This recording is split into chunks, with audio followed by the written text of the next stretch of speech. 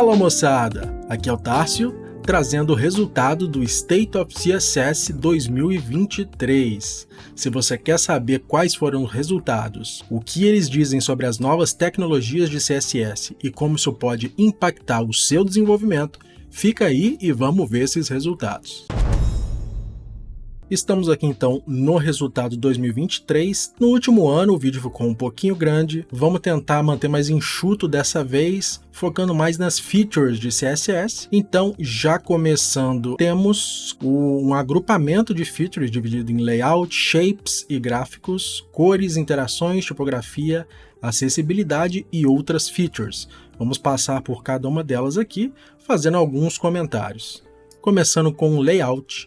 Temos então aqui a parte de subgrid, só lembrando que esses gráficos são interativos. Quando você for acessar, você pode dar uma olhadinha aqui de forma interativa, inclusive mudando a visualização, e uma coisa bem interessante, vendo comentários a respeito daquela feature específica. Dá pra gente ver aqui o que o pessoal comentou a respeito. Aqui a gente tem links do Can I Use e do MDN, que é uma referência de se pode ou não já ser usado, como é que está a compatibilidade, e de vez em quando um tutorial, uma referência para consultar para ver como é que é o uso da coisa, tá legal? Aqui, sempre que a gente for ver nas features, o cinza é a resposta das pessoas que nunca ouviram falar daquela feature.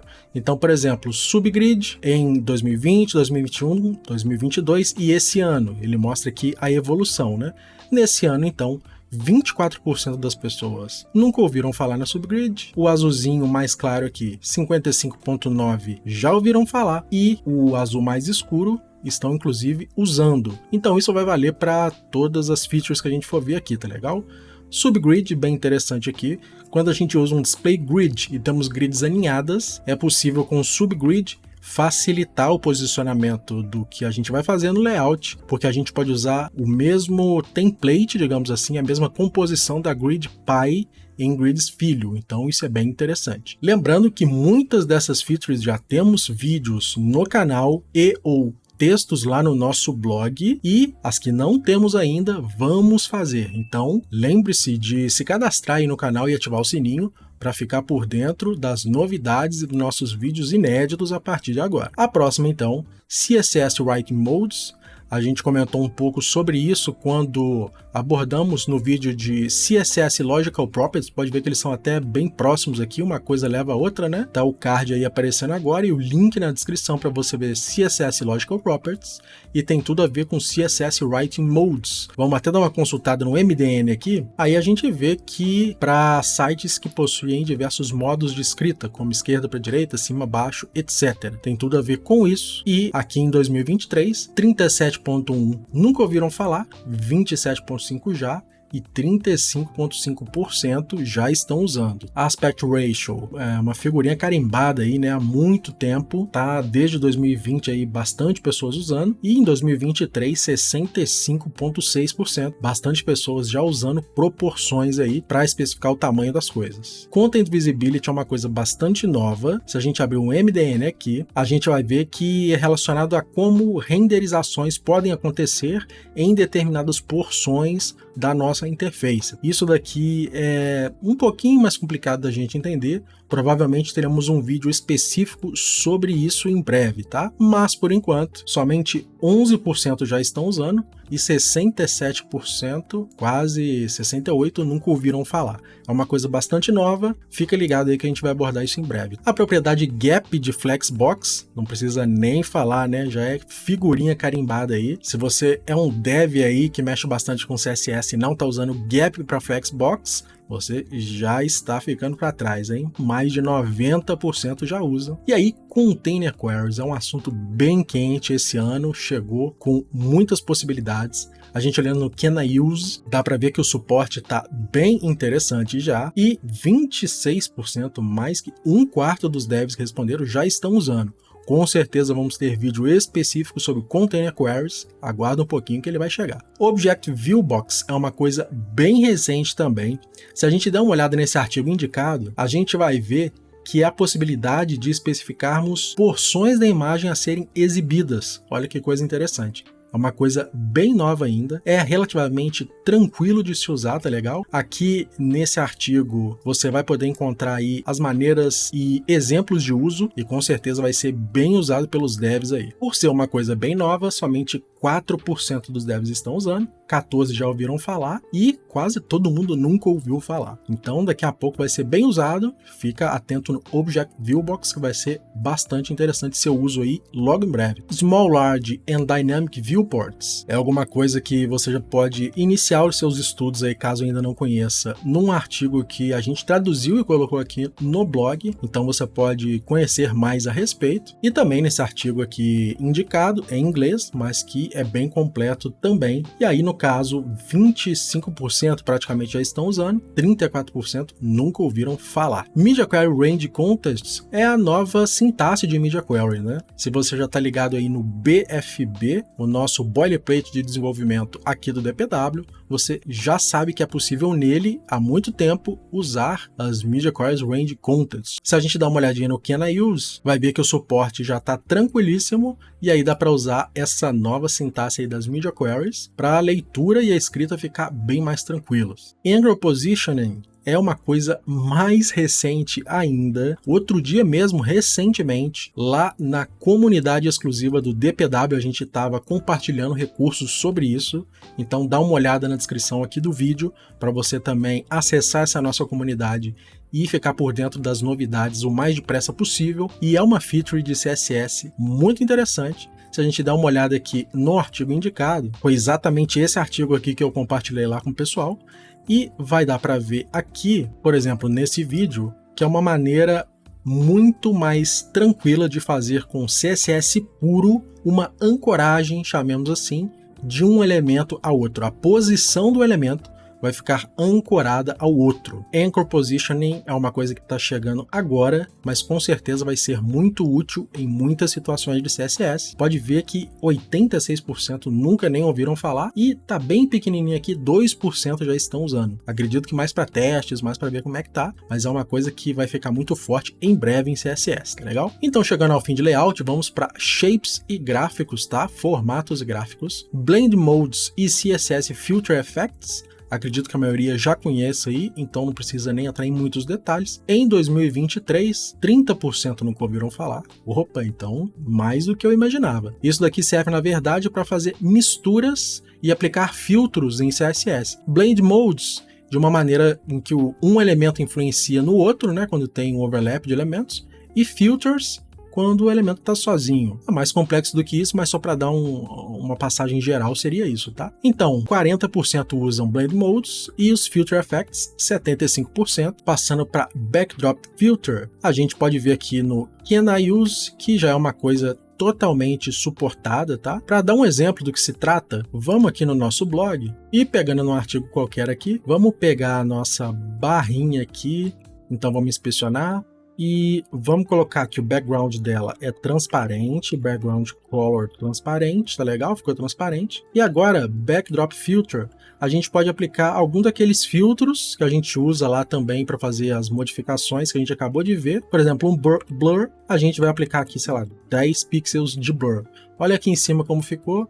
Então, esse backdrop filter, ele pega elementos que aparecem atrás daquele elemento e aplica um filtro qualquer que a gente queira. E a gente pode fazer com blur, brightness, contraste, grayscale, qualquer coisa que a gente queira. Olha aí que interessante, o grayscale, por exemplo, pode ver que só aqui ficou em preto e branco. E para isso que serve o backdrop filter. Já é uma coisa, assim, até bastante usada, tá? E não é nenhuma grande novidade. Em 2023, mais da metade dos devs já está usando, para você ver aí que é uma coisa já conhecida, né? E essa parte de Intrinsic Sizing Keywords, também temos um artigo lá no nosso blog, e aqui abordamos Min Content, Max Content e Fit Content, explicando e dando alguns exemplos aqui de em quais momentos é interessante se usar dá para você ler aqui esse nosso artigo que você vai ficar por dentro do que se trata. Conic Gradient, como o próprio nome diz, são gradientes cônicos. Vamos no MDN aqui só para você dar uma olhada. E com uma sintaxe bem tranquila, é possível fazer gradientes cônicos aqui que podem trazer um visual bem interessante em determinadas situações, tá legal? Então, fica aí gradientes cônicos, o próprio nome já diz tudo, né? Em 2023, 20% dos devs usam, 40% já ouviram falar e praticamente 40% também nunca ouviram falar. Se você estava nesses 40%, agora você já ouviu falar. Linear é uma maneira também de criar funções de easing para animações, uma coisa fantástica que está chegando agora também. Muito provavelmente a gente deve fazer aí, não sei bem quando, um complemento ao nosso mini curso de animações CSS que tem aqui no canal. Um vídeo bem popular, bem legal aquele vídeo. Tá aparecendo aí no card para você olhar. Isso é uma maneira de fazer animações mais interessantes, colocando uma função de easing mais interessante aqui. 26,7% já estão usando, inclusive, 33,8% somente ouviram falar. E praticamente 40% nunca ouviram falar. View Transition API é uma coisa que, assim, é uma das coisas mais recentes de CSS e mais quentes também. Presta atenção em View Transition API, que isso daqui, em pouco tempo, pode ser que defina um bom de um mau site, um bom de um mau dev CSS, tá legal? Vou entrar no artigo aqui para você dar uma olhada, e só por esse exemplo que está aparecendo aqui, você já consegue ver. A gente consegue fazer transições na troca de páginas, não somente da página inteira, mas de porções. Com certeza vamos ter um vídeo próprio sobre View Transition API. Lembra de assinar o canal e ativar o sininho para você ficar por dentro quando a gente lançar. Partindo então para cores, aqui eu vou passar bem rapidamente, porque a questão de cores em CSS está ficando um pouquinho mais complexo, está ficando de uma maneira que exige muito mais estudo. Então eu vou passar bem por alto aqui. Por exemplo, o Color, que é uma maneira de se trabalhar com perfis de cores diferentes, chamemos assim, de maneira simplificada. A gente consegue usar outros Color Spaces não limitados ao sRGB nas cores que a gente vai usar nos sites, tá legal? É um tema um pouquinho mais complexo mesmo. Outro dia eu estava até falando num grupo de CSS que eu participo um pouco por alto sobre isso, mas provavelmente a gente vai ter um vídeo específico. Mas só por curiosidade, quase 10% dos devs já estão usando, 34% já ouviram falar e 56% nunca ouviram falar. Accent Color também já é velho de guerra, tá? Provavelmente a maioria já deve estar usando, ou não, né? Somente 25%. Mas dando uma olhadinha rápida aqui, é uma maneira de a gente mais fácil trocar determinados controles que a gente tem, como checkbox, por exemplo, sliders, radio buttons, esse tipo de coisa. Com Accent Color a gente consegue de uma maneira bem tranquila fazer essa troca de cores aqui, sem precisar fazer aquelas gambiarrinhas de CSS para colocar um checkbox com cor personalizada. Current Color é aquela palavrinha que a gente pode colocar nas propriedades, né, o valor das propriedades, para aquele elemento ficar com a mesma cor que atualmente está aplicada ao elemento, ou que é herdada, né, que está especificado em algum elemento pai e que chegou até ele via herança, e não tem muito segredo, só falar que eu até me surpreendi, achei que muito mais pessoas usavam isso, somente 55% praticamente.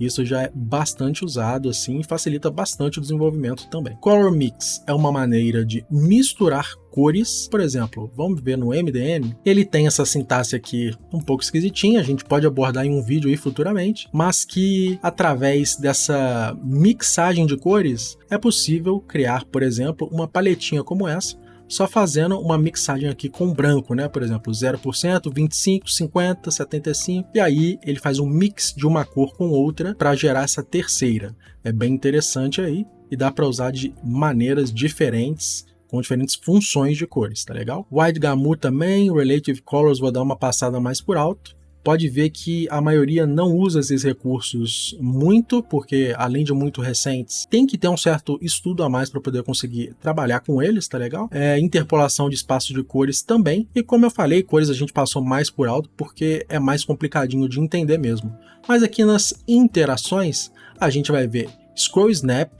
Esse vídeo aqui já está na gaveta há algum tempo, com certeza brevemente vai sair no nosso canal, fica ligado, mas é uma maneira de a gente ter um certo controle no scroll aí usando o CSS puro. Aqui no MDN deve ter algum exemplo e a gente vê aqui, por exemplo, eu vou pegar essa barrinha de rolagem e vou chegar, pode ver, até a metade mais ou menos. Quando eu largar essa barra de rolagem, perceba que ele sozinho já se posicionou no próximo elemento. Vou fazer de novo aqui para você ver, ó, vou chegar aqui na metade, larguei, ele voltou, porque ele estava a barra de rolagem mais pro elemento anterior. Mas se eu fizer um pouquinho mais para debaixo, ó, larguei, ele foi pro próximo. E é possível controlar isso daí de diversas maneiras diferentes através de várias propriedades relacionadas. Em breve vai ter um vídeo aqui no canal sobre isso, fica ligado. E aí, 40%, vamos colocar assim, já está usando efetivamente Scroll Snap. Se a gente olhar no Can I Use, o suporte é bem tranquilo, então pode ficar sossegado na hora de usar, pode usar tranquilamente aí. E partindo para o próximo, que é o Overscroll Behavior, é muito interessante também. Eu sou uma das pessoas aqui, ó, 26.4 que está usando, tá legal? Olhando aqui o exemplo, perceba o seguinte, eu tenho um elemento aqui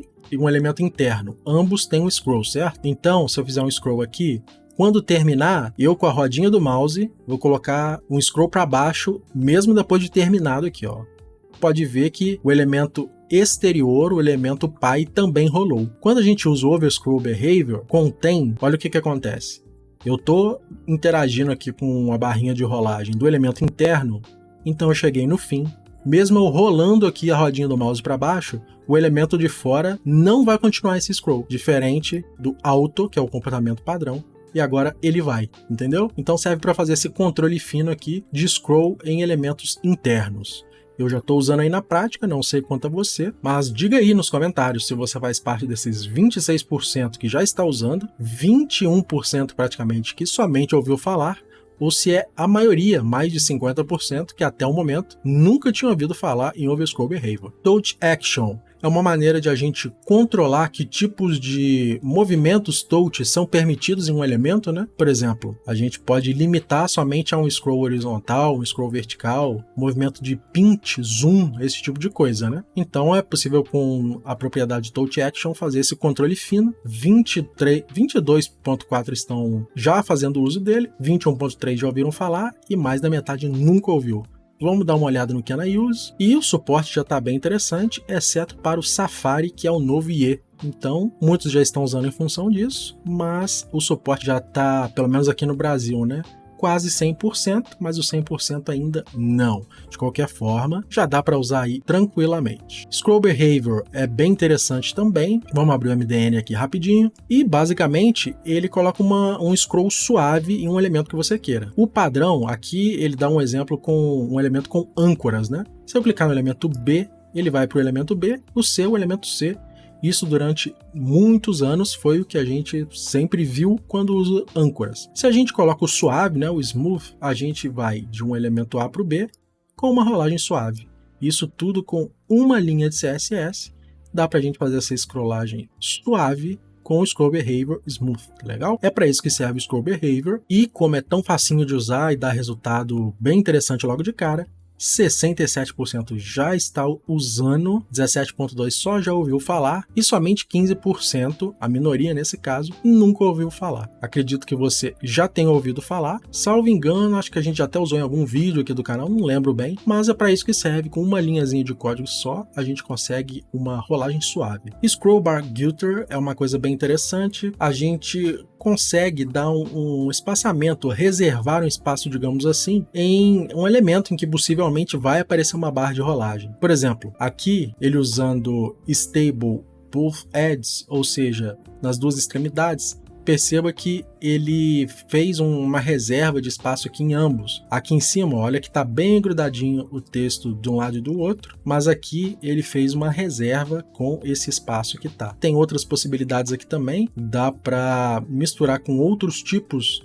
de interações com o scroll, que a gente já até viu aqui. No momento, somente o IE, somente o Safari não está dando suporte, mas já dá aí para usar em alguns casos com certeza. Vamos ver coisas relacionadas à tipografia, como Font Display. Essa daqui já é velha de guerra, não precisa nem comentar, né?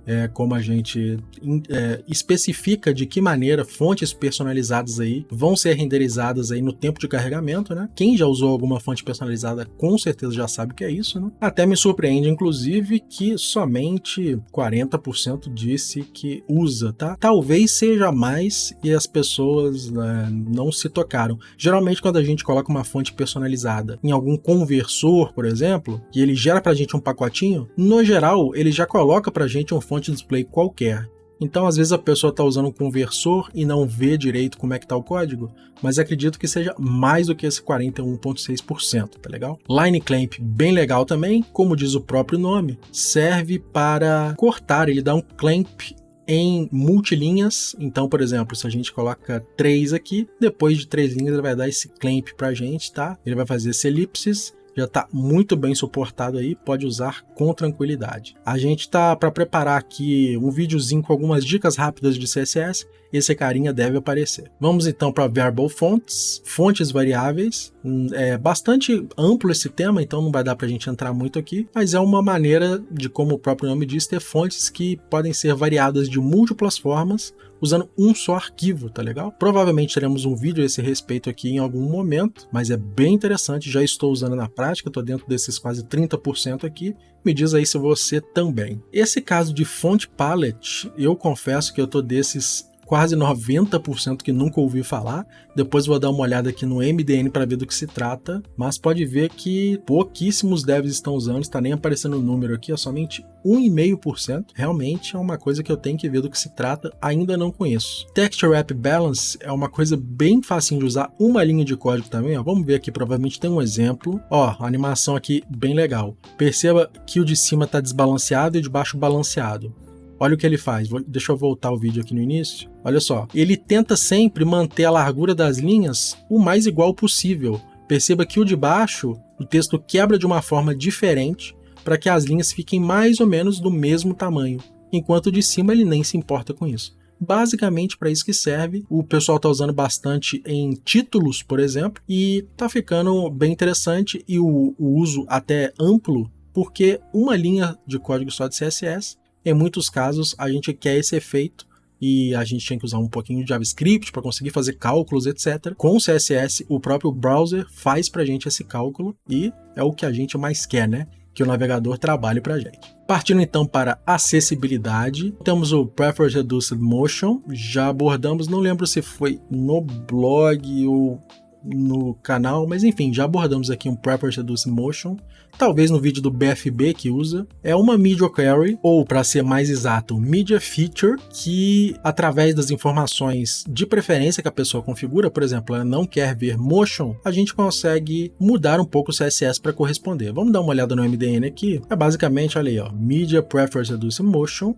Se a pessoa quiser, né, se ela especificou que quer redução de movimentos, né, redução de animações, transições, etc., a gente pode fazer uma coisa diferenciada. Então, no exemplo dele aqui, ele tem uma animação, mas se a pessoa tiver habilitada aqui para o Preferred Reduced Motion, ele troca isso. Lembra de Media Query, mas é chamado tecnicamente de Media Feature, tá legal? Quase 40% já usando, acredito que a tendência é aumentar com os anos realmente, porque essa questão de acessibilidade está ficando cada vez mais forte, e no CSS a gente também consegue mexer com isso. Prefers Color Scheme, a gente consegue especificar, fazer um ajuste fino de, por elemento, se ele aceita Dark Mode, Light Mode ou ambos, tá legal? 45% já estão usando, é relativamente comum. Prefers Reduced Data, ele é bastante novo. Se a gente der uma olhada aqui no Can I Use, aí realmente o suporte é zerado, mas ele já tá chegando aí, tá dando seus primeiros passos. E a mesma coisa, pensa na mesma coisa do Reduced Motion, só que aqui Data. Ou seja, a pessoa de alguma forma marcou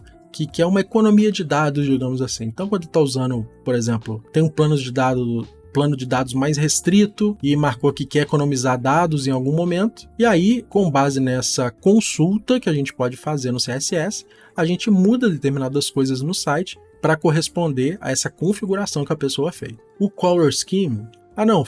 até falei errado. O Prefers Color Scheme é uma coisa mais geral, né? Se a pessoa está ou não no Light ou Dark Mode, através dessa Media Feature, a gente consegue fazer determinadas modificações para o Light e para o Dark.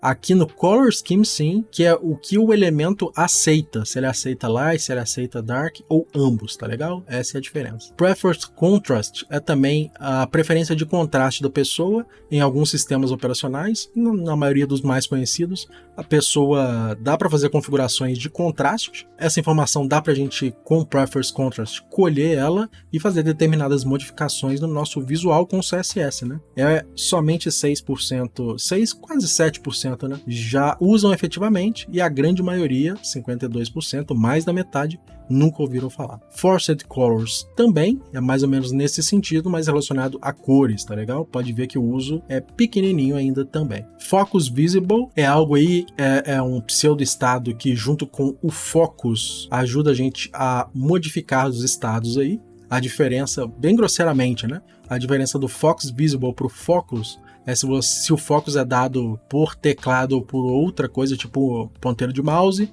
então dá pra gente diferenciar isso daí. Por exemplo, por padrão, dependendo do browser, quando a gente vai clicar no botão e dá o foco, ele fica com uma espécie de borda em volta, o outline, né? Com Focus Visible e Focus a gente consegue tirar isso para um caso e fazer aparecer numa navegação de teclado, por exemplo. Então Focus e Focus Visible são bastante usados aí, essa duplinha. Tem gente que tá até abandonando o Focus e usando só Focus Visible também. Enfim, fica 40%, quase a metade aí já tá usando, né? É uma coisa que esse ano subiu quase 10%. Passando então para outras features, tá legal? CSS Variables ou Custom Properties, né? Já temos aí também um vídeo a esse respeito.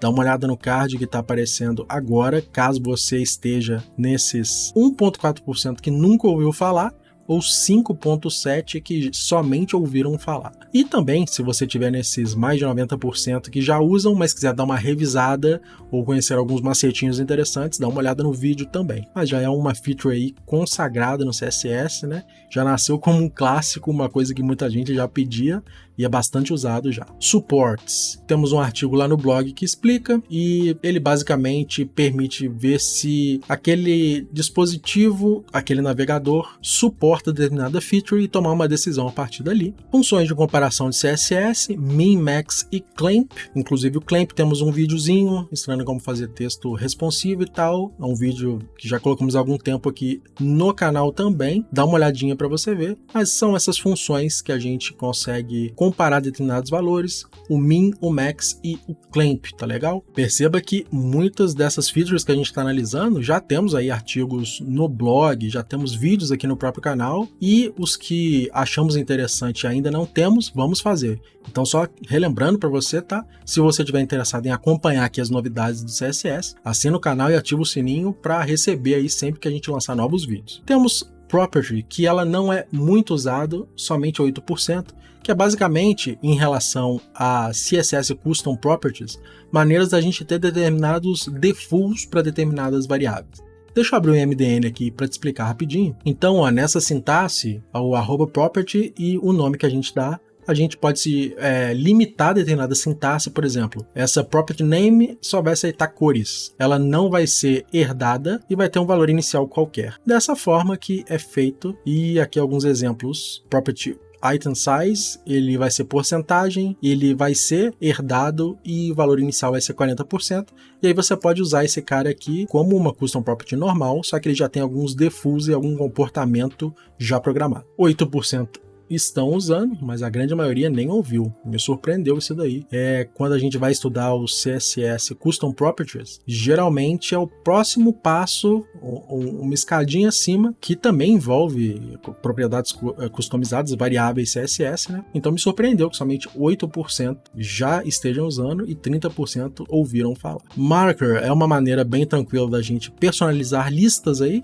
Aqui no MDN deve ter um exemplo. Aí, justamente, a gente pega o marker e coloca o caractere que a gente quer e ele vai fazer a lista pra gente. É uma maneira muito mais fácil de colocar coisas personalizadas, ao invés de umas gambiarrinhas aí que a gente já fazia muito para conseguir determinados elementos personalizados aí, mas agora com o marker ficou muito mais fácil. Em função mesmo dessa facilidade, me surpreendeu que somente 40% estejam usando, tá? É relativamente comum ter que personalizar listas aí, né? Aqueles bulletzinhos personalizados, mas somente 40% usando, me surpreendeu. Ah, rapaz, o res não tem nem o que falar, né? A minha feature CSS preferida dos últimos tempos. Já temos um vídeo aqui no canal, tá aparecendo aí no card para você dar uma olhada. Para mim, CSS é antes e depois do res, dá para fazer muita coisa com ele e muito brevemente, quem não souber usar res já vai estar ficando para trás, tá? Tanto que ele é relativamente recente, mais da metade já usa, porque ele é bastante poderoso. Se você tá nessa porcentagem que nunca ouviu falar ou só ouviu falar e não usa, dá uma olhada aí no nosso vídeo sobre res, que você vai entender melhor do que eu tô falando e porque eu gosto tanto dele. O Where também já temos um vídeo. Naquele vídeo, inclusive, abordamos is e where ao mesmo tempo, tá aparecendo o cardzinho aí para você dar uma olhada, e é uma maneira, olhando aqui no MDN rapidinho, de usar determinadas pseudoclasses para controlar a especificidade aqui com where ou com is também. Eles têm um macetinho, tem uma diferença entre is e where, pode ver que ambos eles são colocados até juntos muito frequentemente, né? A gente pode agrupar determinados seletores, mas tem uma coisinha aí, um macetinho de especificidade a usar is ou where. Dá uma olhada aí no nosso vídeo para você ver qual é esse macetinho e ver se já é interessante você começar a usar. Cascade Layers é um vídeo muito urgente, aliás, que a gente tem que colocar aqui no canal, porque o suporte já está tranquilo, já dá para usar hoje, e é um recurso bastante poderoso que a gente consegue trabalhar com camadas de CSS, tá? Pode ver @layer e a gente faz determinadas organizações, até mesmo serve para montar arquiteturas mais elaboradas, e CSS Cascade Layers é uma coisa bastante interessante, apesar de a maioria achar um pouquinho complicado. Pode ter certeza que a gente vai abordar de uma maneira bem didática quando a gente fizer esse vídeo. Assina o canal e ativa o sininho para você não perder e já começar a usar CSS Cascade Layers. Shadow DOM Features é relacionada a Shadow DOM, né? Componentes personalizados, etc. Poucas pessoas usam, eu sou uma das pessoas que só ouviu falar, mas não uso até hoje. A maioria nunca ouviu falar, porque geralmente também envolve mexer mais com JavaScript e fazer nativamente que essas libs mais moderninhas de hoje fazem, tipo React, Svelte. Então a maioria nunca ouviu falar. Eu já ouvi falar, mas confesso que não uso esse nativo na prática. Funções trigonométricas. Se você está se perguntando aí se CSS está virando uma linguagem de programação, talvez, hein? Não sei. Aliás, deixa sua opinião aí nos comentários. Para você, CSS está virando uma linguagem de programação? As funções trigonométricas, vamos dar uma olhadinha rápida aqui, elas permitem que a gente faça bastante coisa, mas você já tem que saber um pouquinho mais aí de matemática, ó, seno, cosseno, tangente, esse tipo de coisa. Quem sabe mexer consegue chegar a resultados incríveis. Eu não sou um deles, infelizmente, nunca fui bom em matemática, mas estão aí essas funções. E, pela pesquisa aqui, em 2023, quase 8% somente estão usando na prática. A maioria já ouviu falar, quando a gente fala funções trigonométricas, todo mundo mais ou menos já entende, né? Mas 26%, um quarto praticamente, não sabia que existia em CSS, tá? Existe sim. Se a gente dá uma olhada no Can I Use, o suporte é muito bom. CSS Nesting, olha aí, é um vídeo que a gente já tem aqui no canal também. Dá uma olhada, o card está aparecendo aí agora. Ele dá uma dividida de opiniões, é uma feature que a comunidade de Dev CSS já aguardava há bastante tempo, mas ele veio com algumas peculiaridades, digamos assim, em relação ao nesting, que a gente já estava acostumado de SES, né, de pré-processadores. Dá uma olhadinha aí no vídeo, tá aparecendo o card para você se direcionar até lá e me fala se você gostou ou não dessa implementação. Eu deixo as minhas opiniões lá no vídeo, tá? 26% já está usando na prática, 62% já ouviu falar, mas não usa, e 12%, vamos dizer assim, nunca ouviu falar. Se você tá nesses que nunca ouviram falar ou ainda não estão usando, dá uma olhada lá no vídeo para você entender do que eu tô falando. Image Set é uma coisa bem interessante também. Não sei se esse ano, tá, moçada? Esse ano ou no início do próximo vai ter mais um mini curso aqui no canal. Tal como a gente fez o mini curso de animações, a gente vai ter um mini curso de imagens responsivas aqui no canal. Não sei se esse ano ainda, mas se não for esse ano, no início do próximo. Ativa o seu sininho aí na sua inscrição, já se inscreveu aí, né? Para ficar por dentro e pegar esse mini curso de imagens responsivas, tá? Isso daqui tem muito a ver, vamos dar uma olhada rápida. A gente vê aqui, ó, a gente consegue, através de vários parâmetros, determinar qual imagem a gente quer para usar em determinados, não digo contextos, determinadas situações, né? Essa funçãozinha image, vamos dar uma olhada aqui, ela deixa fazer algumas coisas, uma inclusive, praticamente desde que eu comecei no desenvolvimento web, olha só, é isso daqui, ó. Eu ficava me perguntando, praticamente desde que eu comecei, por que isso daqui não existia. Olha só, a gente consegue, por exemplo, numa background image, né, usando essa função, a gente coloca qual é a imagem que a gente quer e dá coordenadas para usar uma porção dessa imagem somente. Eu ficava me perguntando por que isso não existe, por que isso não existe, mas agora existe. E gostei muito dessa adição, né? Esperei décadas até isso acontecer. E tem alguns usos aqui que dá para fazer de uma forma bem interessante. 21% já estão usando na prática, 21% também praticamente a mesma coisa, só ouviram falar.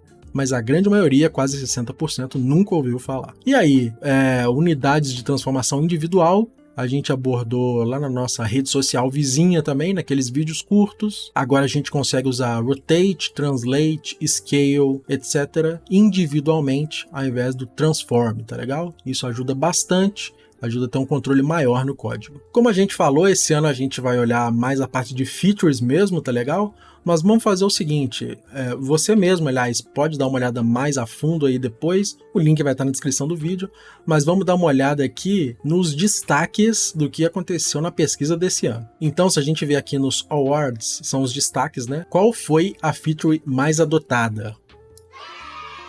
Para surpresa de ninguém, Res foi a feature mais adotada porque ele realmente é incrível. Dá uma olhada lá no nosso vídeo se você ainda não conhece. A feature mais comentada foi Subgrid, muito interessante também. Vai dar para facilitar muito o trabalho com grids a partir de agora. O que teve a maior retenção, OpenProps, ela deve ter aparecido aqui no CSS Frameworks. E basicamente, deixa eu até entrar aqui no site, olha só, é uma bibliotequinha que tem aí, que é praticamente design tokens, mas de uma forma que já é feito, já está pronto para serem usados, entendeu?